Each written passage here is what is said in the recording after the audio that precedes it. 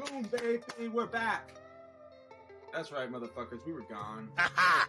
Chasing the steal. Doing what we gotta do. Going for those big old fish up in Lake Erie. But yo, my dog's here too. That's right. What's up? What's up, dog? What's up? Yeah, man. We had a good time in Erie, but we took too many days off in a row.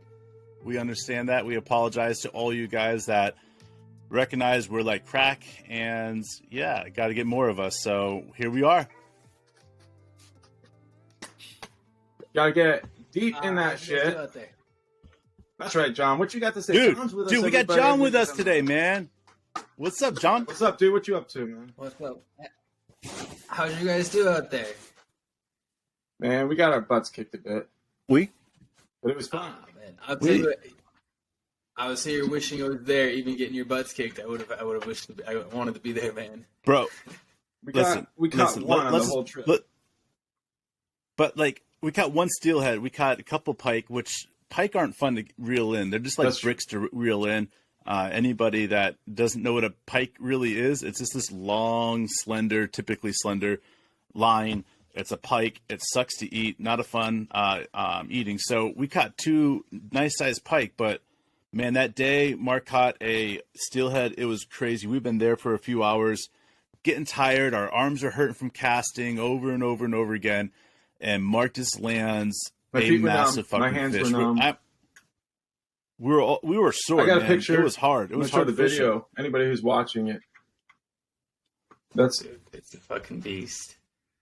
We don't I know see it. it's only one fish, but it almost makes it worth it. There we How's go. that? We don't measure. Oh, We just went off, catch and release, guys. Looks good. We catch and And release, I'm gonna man. show you guys That's what a we video do. It's how we roll. Of I the bet it would have release. tasted good, like. What, John? I said I bet it would have tasted good, though. Yeah, but when you learn about a little bit of the pollution that's in the Great Lakes, and you do some studying about what PCBs are and how they're found in these fish, and they're called forever chemicals, and they end up turning up, and people have to eat them. You're like, you know what? I'm gonna buy my fish from the grocery store, and not only that, I'm gonna let this one go. Like I said, man, All right. it was an experience. Guys, I never really let fish go. A little bragging. Oh yeah, Dave. A little bragging on Mark right here. Let's go ahead and get to it. All right, here we go.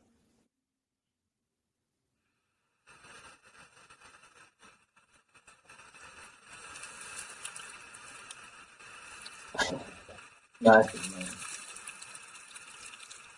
Woo! Yeah, man. It was one of those that's fish. a good life right there. Yeah, biggest fish I ever caught.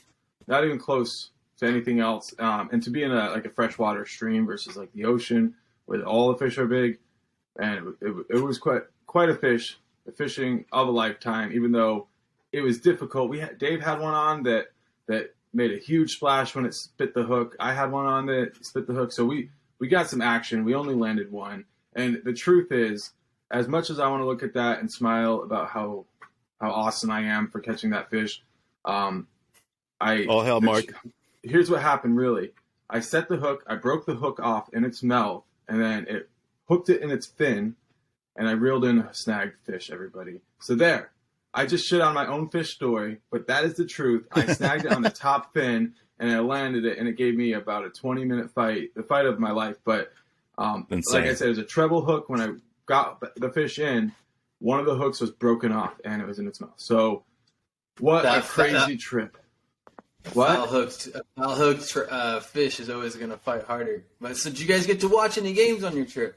Oh, yeah, we watched all the games. We just had the worst internet connection. We were able to get one podcast up, but it was so bad. Us 3 days, 2 days, whatever it was to download. Yeah. It was insane. It took us a day to download. I mean, we could have got better internet, and trust us, we wanted to, because this is the time of the Thunder season, the Thunder history that we wanted to be plugged into the most. So, like, we've laid down 2 years of like groundwork so that we could be plugged in when this is happening. And yeah, man, we watched the games. We got hammered. We were drinking Yingling like you wouldn't even believe. But when it came down to it, we're like, we knew that anybody who's been listening to us for a long time already knows how we feel about this. Nobody on this podcast, and you wouldn't motherfucking be allowed on this podcast if you were like bummed out that we won a game. Like, and we didn't just win one game. Let's count the wins that have happened since we last podcasted, bro, because we just had one of the most spectacular games in Thunder history. And I know some people might question that, but it's provable. Last night, one of the best games, and we beat a team that's been streaking right now with the Wizards, and they just got Bradley Beal back. So you got to give them credit. But go back. We almost beat the Celtics. We dominated for 3.5 quarters. 3 quarters. How about that? 3 quarters. And then they put the Eastern Conference Finals or the Eastern Conference champions pressure on us, and we collapsed a little bit in the fourth quarter, but we learned a lesson. We beat the Raptors handily. We beat the Knicks handily. Bro, we're on a roll. And that was right after the Bucks game, which we won. Double overtime. Somehow managed to lose. You know what I mean? Yeah. Yeah, dude. This is a huge way of looking at stuff. We see the minutes that we saw last night from Lindy Waters, 27 minutes, 9 points. He was a plus 32, guys, plus 32. 2 steals, 2 assists, 4 rebounds, one of which was offensive. Lindy Waters was playing just truly spectacular last night. And for the 27 minutes that he was in there, absolutely. You see somebody like Poku had 14 minutes, and he's incredibly effective in those 14 minutes. But you look at these other guys that Lindy Waters, that J-Dub got out there, Kenny Hustle got out there, Mike Muscala, and you see, okay, well, these guys are really hustling. And it goes back to what we've talked about, that fifth starting position as being a hybrid starting position. Poku wasn't playing necessarily great, but, man, he was 2 for 3 on three-pointers, right? Yeah. He had the rhythm going on, and I felt like this was a perfect game for him, to continue to play. But what you're seeing with Coach D is you're seeing him understand that, yes, he's great out there, but when we go small ball, when they have Porzingis and they have Denny, whatever his name is from I just call him Israel. Denny, I can't ever say. Denny. And then Kuzma out there, we went small. We made it difficult for them to match up against us. And in that third quarter, 35 points, bro, that was a breakout quarter. We held them to 20 points. We saw some great defense in that quarter. That was just such a great game to see. I know we're talking about this one, and we have 3 games that we could talk about. That was just spectacular games. But last night's game and the way that Shai hit that game winner with 1.9 seconds left, that was just crazy, man. He did a double step back, guys. A double step back. He did the first step back, hesitated into the second step back, and there's no way anybody was going to be able to stop him on that one. You know what happened? Brilliant. Not when he gets to the basket so easily. John, go ahead, bro. Yeah. What happened was he did the first step back and was like, oh, shit, he just gave me so much room. And he wanted to drive. He was going to go for the tie. And he saw how much room they gave him, and he just why not? Like, why not just take the second step up? If you're going to give him 5 feet of space, man, Shai, let's throw this out there. People probably don't realize this. And with the way everybody talks about how bad of a shooting team we are, nobody expects it. But Shai's 50, 40, 90 on this season so far. He's the 4th, 5th best scorer, and he's shooting that type of split. So I think only Steph is up there with that. Like, I almost feel like he missed so many free throws last night. I think he missed 3 or 4. He missed 5. 5? It's more free throws than he ever had. Whole season probably than the whole rest of the season, maybe double as much as he had. So, but you're right, 50, 40, 90 isn't probably at risk because he's shooting that well from the free throw line. But you're right, dude. Like, guys, he shot 22 shots last night. Yeah, we worship the 50, 40, 90. You know what I mean? Dude, that's how we go. Here's one for you guys. Throw this at you. Fucking Poku, 39.1% from 3 on the season.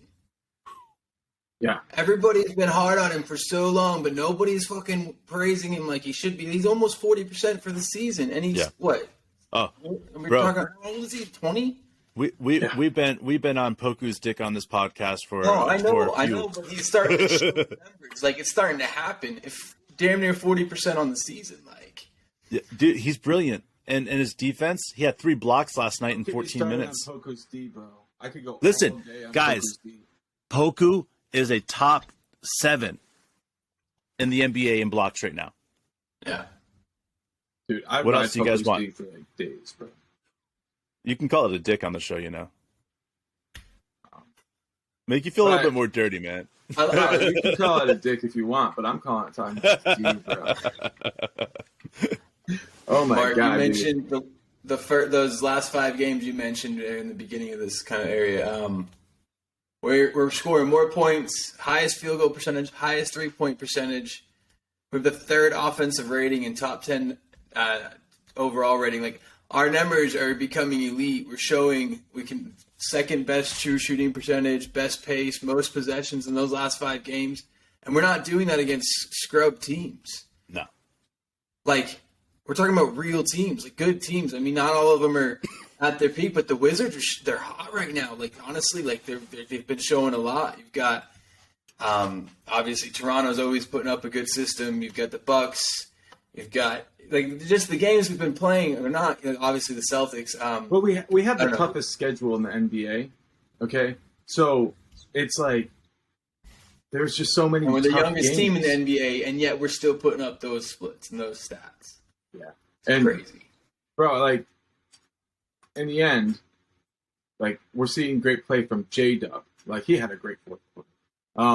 We're seeing great play from JRE. Dave, you mentioned that Lindy Waters. Go back to J-Dub. Go back to J-Dub because that fourth quarter when he hit a 3, goes down and picks up a charge. Big play. dude. Like Winning Jesus basketball Christ, man! This player. guy, yeah, he understands how to play a game in such a level that just is truly spectacular. And obviously Dort's keeping it up at a high level. What you got, Jim? I was gonna say J-Dub. He's rebounding. He's dropping assists. He's constantly he's contributing in every facet of the game. As like I mean, he's in his I think he's played 10 games now. Mark, what'd you say about J-Dub being his weakest thing?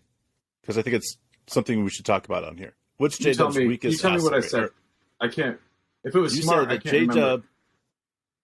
J-Dub's lack of aggression to the hoop and taking the shots is his biggest, issue right now. Yeah, just because he get out there passes and be the ball aggressive. so much. Right. Exactly. Attack that hole, that's and just you him saw it being a last rookie. night. Yeah, it is. It's his totally being a rookie.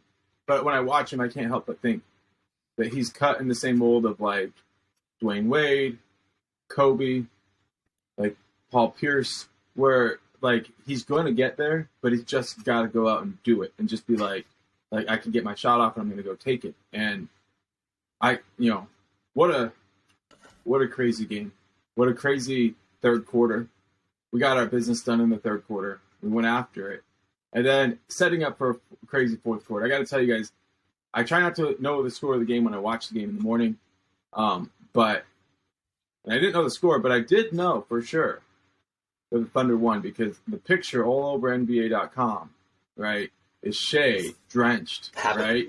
So there's no way not to know that something special didn't happen there. But I did my best, and as I got started the game, my dad's here, and I said, I don't know, I see this stupid picture, it kind of potentially ruined the ending. I was like, I'm guessing it's either Shai gets a career high or he hits a game winner. Well, here we are, guys. He did both. I mean, it was tied for a game winner, or tied for a career high, but and yeah, it wasn't a buzzer beater. There's still a second on the clock, and George's defense sealed that fucker up. But yeah, this reminds me, it's different, right? Because if you think back to Russell Westbrook, Dave, you were living in Denver, right? He goes out and he puts up a performance that seals his triple-double for the first time. He eliminates the 50 Nuggets. points, insane amount, assist. Right. He eliminates the Nuggets from the rebounds. playoffs with a buzzer beater, right? And we know how much the Nuggets love their basketball, right? And they have, and I'll never forget this, they have the respect to give him a standing ovation as their hearts are broken. And Bro, it was people crying in the stands and standing up and clapping. I've never seen anything like it in my life. Nothing. And I've always respected the hell out of the Nuggets. A lot. Like, it reminds me of the old Madison Square Garden times where they could do that. Now that Madison Square Garden is a joke, but it used to have such a heavy level of respect for the game that they would applaud a great performance from the other team. And that's what we saw from Denver. Now, this wasn't the same thing, right? Because they didn't give him all that respect, but this felt like, to me, that level of game where it was like if you listen to the Warriors broadcasters like I did, Drew Gooden, and I don't remember who the other guy is, but Drew Gooden, they're sitting there and they're saying over and over and over again this game, right? They're saying this thing. They're saying it's Luka, Ja, Shai, and Steph. Those are the 4 best guards in the NBA, and they weren't even putting a 5th guy in there. And Bradley Beal, to me, he could make an argument. They weren't even making an argument to put Bradley Beal in there. They're saying these guys are above the rest, and they were the ones putting his name with Luka and with Ja. And then they would go out and they would start comparing him to other positions because, like, well, look at his finishing near the basket. This is not like a guard. This is more like, big man. And they go, okay, so, compare him to Giannis in this way, compare him to LeBron in that way. Like, all that, and then this. Yeah. And I want to throw this out here. We have friends over there at Topic Thunder and the also Thunder Chats, right? And you have over there at Thunder Chats, what's his name that runs it? Dylan. He says the other day, I think I'm finally settling in on the idea of us making the play-in. Now, what frustrates me about this is that, like, when you have somebody that's a fan of Oklahoma City Thunder and they only start buying in when your team starts winning and Shai starts going off, it's ridiculous because everybody that has been listening to the show agrees with us is that this buy-in starts now. There's no buy-in afterwards and all of a sudden being like, oh, we're 20 games down the road and we can't wait until we make the play-in. And it's like, dude, you flipped ship completely in the last 15 games. And that's not what this is about. This is basketball. If you watch what's happening on the court, you watch the growth that's happening, there's no predicting. It's all easy to see. Let me say this about Dylan. 2 things. First of all, right before the draft, he said, if we pick Josh Giddey with the number 6 pick, I will throw a hissy fit. He said those exact words. We were all in on Josh Giddey. Remember that? I remember that. Right? And we made a whole episode about, like, okay, that's the first thing. The second thing is, if you've been watching South Park for long enough, everybody remembers there's an episode where Cartman starts buying a kid's pubes and gluing them to his face because the guy tells him when you get your pubes, right? So what I'm just saying is, when you look at Dylan, it's going to be hard not to remember that story because he looks like he's glued a bunch of pubes to his face. Bro, you got personal like I haven't heard in a while. I just say this about all that stuff is that when you have full grown beards, like you obviously 3 of us know how to grow. I mean, our faces let us grow, I guess you could say. Then it's fun to have poke fun at somebody that's still learning the process. But let me just say this: I think the way you grow a beard is by pasting pubes on your face. Well, I mean, listen, not everybody has Viking in their blood, so it's not as easy. You know what I'm saying? So, you can look in the mirror before you listen. I knew this guy when I was living in Hawaii that hasn't shaved in like 40 years. He said, and he just has a little peach fuzz on his. I don't grow beards. I don't grow anything. You know, like, I mean, there's people out there. It's cool. I have no idea what this guy looks like, but I have a pretty good, funny image in my head of him now. So he got very smooth skin. Listen, he's got smooth skin. You know, kind of like. Hey, you guys remember that movie where he's like petting the carpet because he smoked the Jeffrey? You know. Oh yeah, take him to the Greek. Get him to the Greek. Yeah, take him to the Greek. Right. So he's petting the carpet. And he's like, oh, it's so fuzzy. Like, you know, like I sometimes when I see someone's smooth face, I just want to walk up and be like, ooh, Jeffrey, you're looking so good. You know, like you got smooth face. You know, like I feel beard every day. I go to touch my face. The only place I touch with no hair is my forehead. All right. Well, other than that, we love you, Dylan. We love you so much. So, John, where's your hairiest spot, bro? Do what? Probably missed that. Oh, that's good. Anyways, where's your hairiest spot, bro? Oh, that's a strange question. I don't know if I want to talk about this. All right, keep it strange here. No, let's get back to the game, though, man. Like, in the game, I'm assuming you watched it, John. What was the turning point? Because there was a moment there that we were down quite a bit. I mean, we were down quite a fucking bit. Like, was there a moment that you stopped and like, okay, we need help in order to get over this ledge? And who did you see really step up in that moment? Well, I mean, we closed the gap twice, right? So it was 14, 14, and we closed it, and then they opened it back to 17, or the other way around. I can't remember exactly. On the first one, I just felt like we kept playing our game, and it kind of came to us. Like, obviously, you've got guys stepping up, but for me, that a lot of it's just them running the offense and finding the offensive game.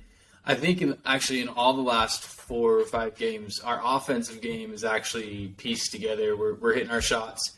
We're continuing to play the offense the same, but I think our defense has started to drop a bit. We're giving up a lot more points. We're giving up a lot more pace. We're not protecting the ball quite as well. So I felt like in both kind of comebacks or where we came back, the hero would actually probably be more the fact we started playing our defensive game, and we stopped letting them hit big shots and protected the ball. Like, even against the Celtics. Now, obviously the Celtics are the Celtics right now, and they're the best team in the NBA. And when we were ahead and we had that game of the night, I thought, hey, like, even if we don't win this at this stage, like, it's got to be looking at victory. We got to fight them to the end, though, and we did fight. But I think during that, they beat us by making us stop play our game. We stopped protecting the ball. We gave up easy fast break points. We stopped playing our high intensity defense, and we got kind of broke down. And that's what we've been doing up until these last 5 games. Consistently in the last 5 games, we've been kind of waffling on that. So at the end of last night's game, I felt like the thing that got us back in the game and the thing that held the game for us was that we actually started to play our game. So like, it was 20 points, 20 to 35 in the third quarter. Like, for me, the big difference wasn't our offense. Obviously, 35 is a great scoring curtain, but it was the fact that we were playing our defense and we were getting quick, easy makes or easy layups off of made shots. Like, have you guys been watching the other announcers lately? Yeah.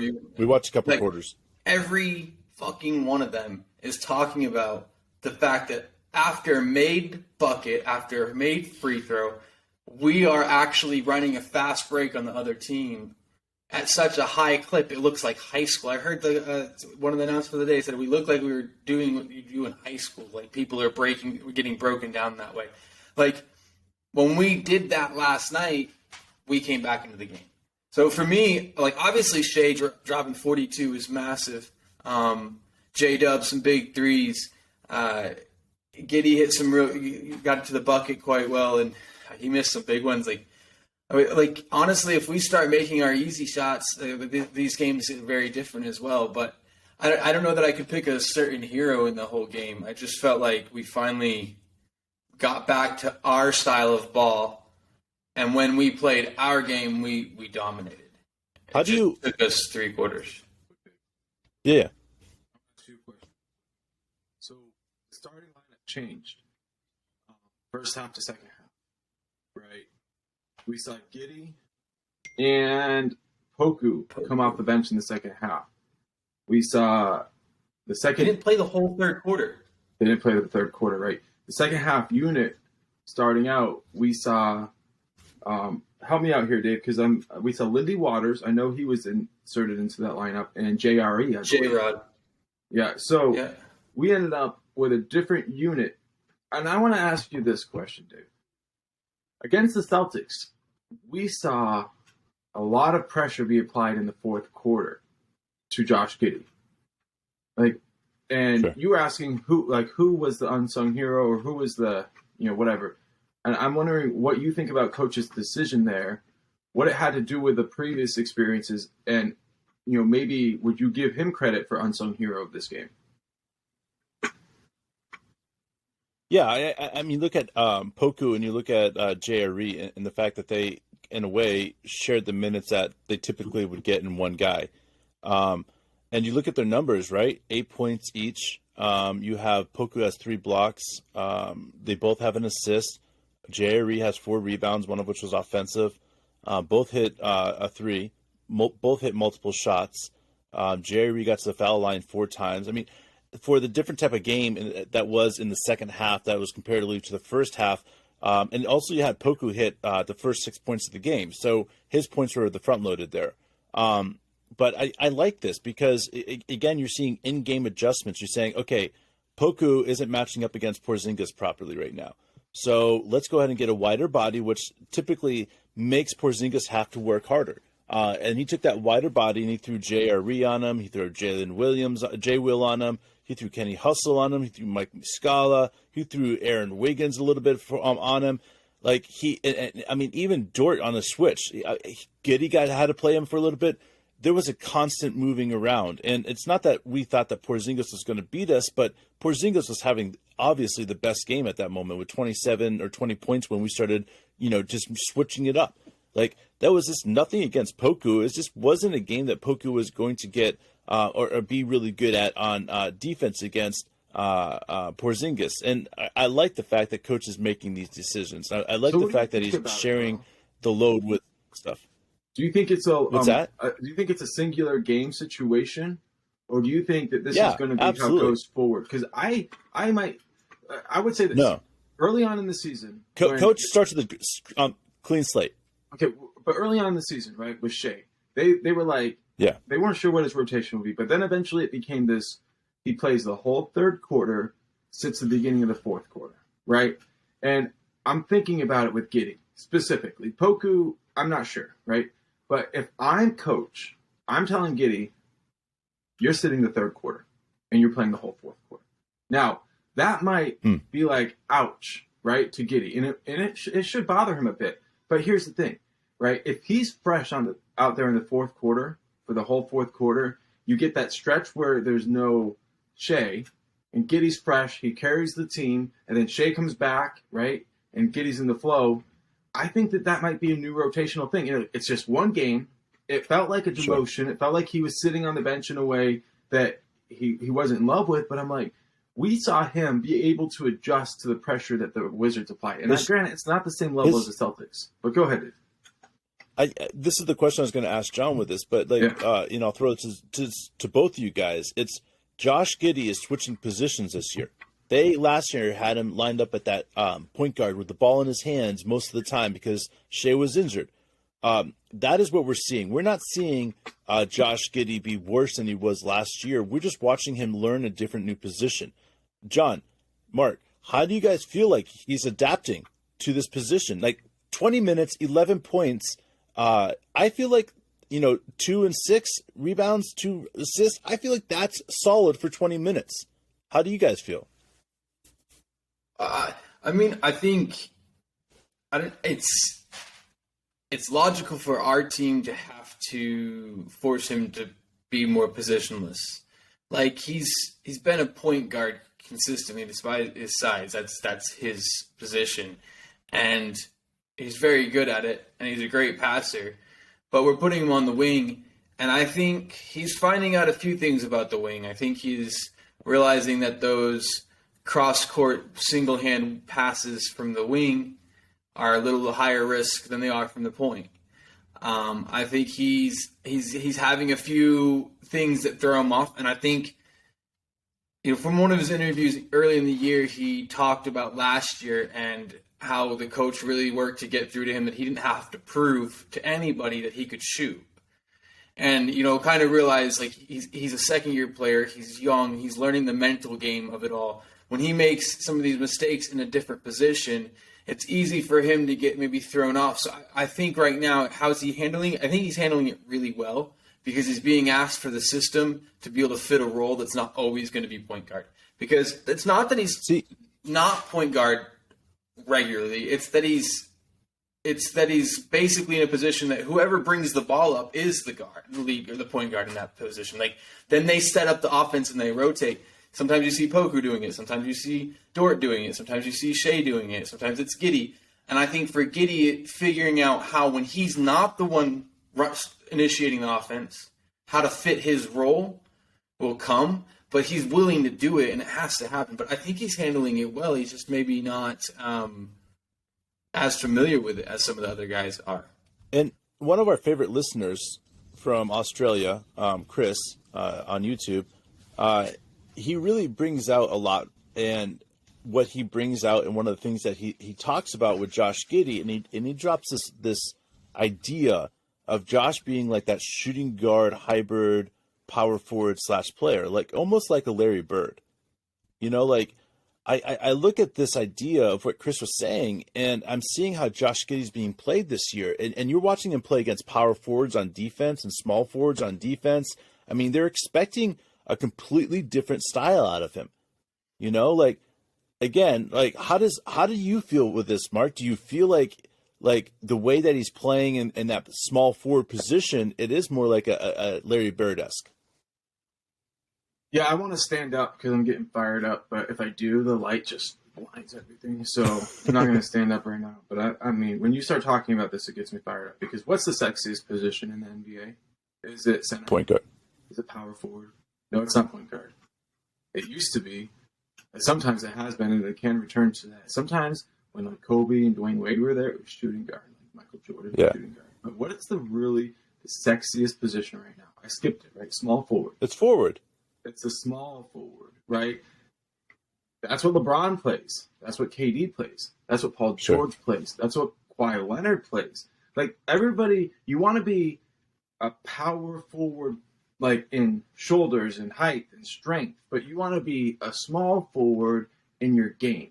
You want to be perimeter orientated, get downhill. Look, you talk about you said Larry Bird. What was Larry Bird? He was a small forward, right? This goes back, right? So when you talk about Josh Giddey, but Larry Bird was a hybrid player. He played power forward, shooting guard, whatever. He could, but in the end, right? The way, because his height let him get away with that, but in the end, the way that he functioned within the offense, right, was so much like a small forward. Sure, and absolutely. I think now we call it, and we say LeBron or whoever invented the term or whatnot, like we say point forward, right? Hello, there we are. Yeah, Josh Giddey.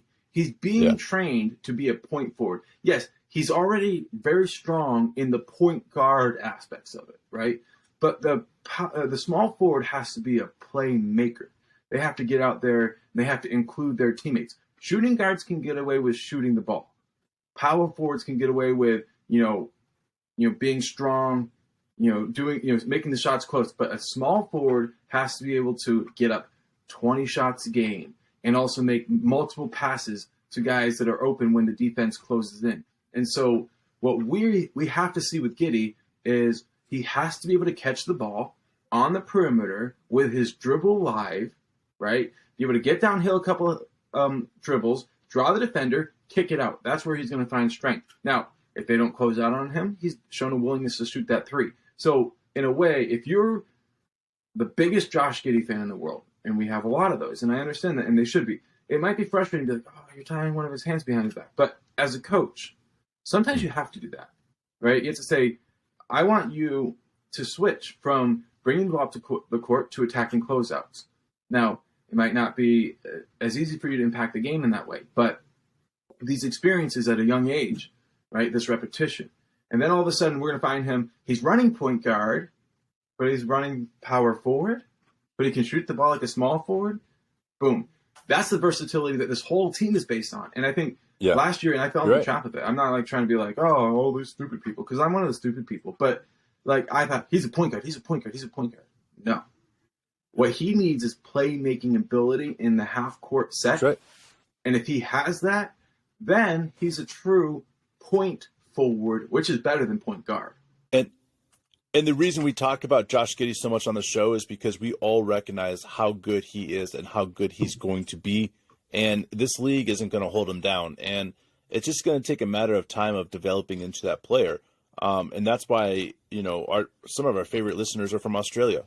And it's crazy because like the level of Josh Giddey's knowledge of the game is exactly what we want to see in the growth of these players. So when you look at his game, and he only played 20 minutes the other night. The level of knowledge of the game of basketball in Australia is off the fucking charts, bro. It's amazing. It's off the fucking charts. It truly is. Like we're both, all three of us are very connected in that aspect of recognizing when people are talking positive about the Thunder, about our players. And that's the thing I love about Australia is that 9 out of 10 10 people that I've had interactions with from Australia are all positive about the Thunder. And you look on Twitter and all this other stuff, and it's like half and half, like half are positive about the Thunder if you're from the States, and half are just like in negative territory. Like, I love the positivity coming from Australia and New Zealand, especially. These guys, you guys are amazing. I really appreciate you guys listening and making it worth that this passion that Mark and I share to sit down and joke around and be stupid and weird sometimes. But the thing is that we all are gathered here, and all the guests that we have on our show are all about the Thunder. They understand how to talk about the Thunder. They understand how to translate their feelings and what they see. And especially what we're going with now is I'm just pumped. I'm pumped that we have, what we consider our regular guest with John now, and being able to share these moments with you, because after last night's game, like, there's nothing but more that we're more pumped up about talking about getting on here and having a moment where we can all three just geek out about what we saw last night. Yeah, dude, for sure. The thing I kept wanting to mention with Giddy that we were talking about him, obviously. He was in a post-game interview the other day, and someone asked him about, like, driving and, like, what he's working on, and he said something about the fact that he's starting to realize he's taller than most of the guys guarding him, so it's very easy to put a shot off once he gets in the lane, in the paint. And I thought it was really interesting. Like, he's really good at articulating kind of his journey that he's on right now and, like, what he's learning. And he's exposing the fact that he's realizing at his height and with his length, as he's playing the NBA game at the high level, he's still getting easy shots. And the thing that I keep watching, and he's in this playmaking position. He's getting to the bucket probably more than he ever expected to in the NBA. And he's like Shai and Dort last year. They get there, but they might miss more often than you'd hope for. Like, you kind of get disappointed and frustrated because another missed wide, another missed. And they look like layups, but, like, they're by no means layups. If you count that as a layup, then you've never done a contested layup drill. It's a whole lot more complicated to get up a shot when you're trying to go around these bigs in the NBA. Anyways, he's doing it, but by next year, his numbers, his percentages on that shot is going to go up so much. He'll be up to 25 points average a game. Like, everybody's gonna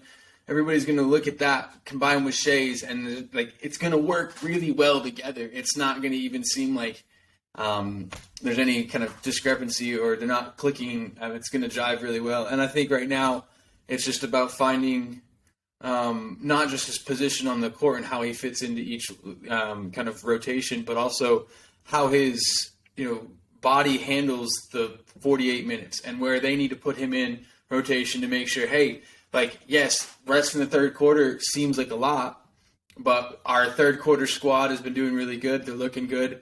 We're going to keep him off, get him more rest, so when he comes back in the fourth quarter, he can come back and do what he did last night and turn it up a bit and create some offense. And, it's another weapon that they haven't had to guard for the entire quarter, and he comes out and he's able to put them on their heels a little bit, gives Shai a bit more freedom and stuff. So I think there's a lot going on right now for him, but out of everybody, I think he's learning the most, the quickest.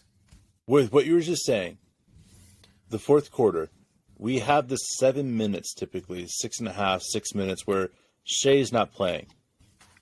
Like, that's what we're all talking about here. Is that 6 minutes right there? That 6 minutes, we need to have more people out there that can make plays, like J-Dub out there, Josh Giddey, like, covering down. Like, I look at Josh Giddey as that's the 7 minutes, the 6 minutes.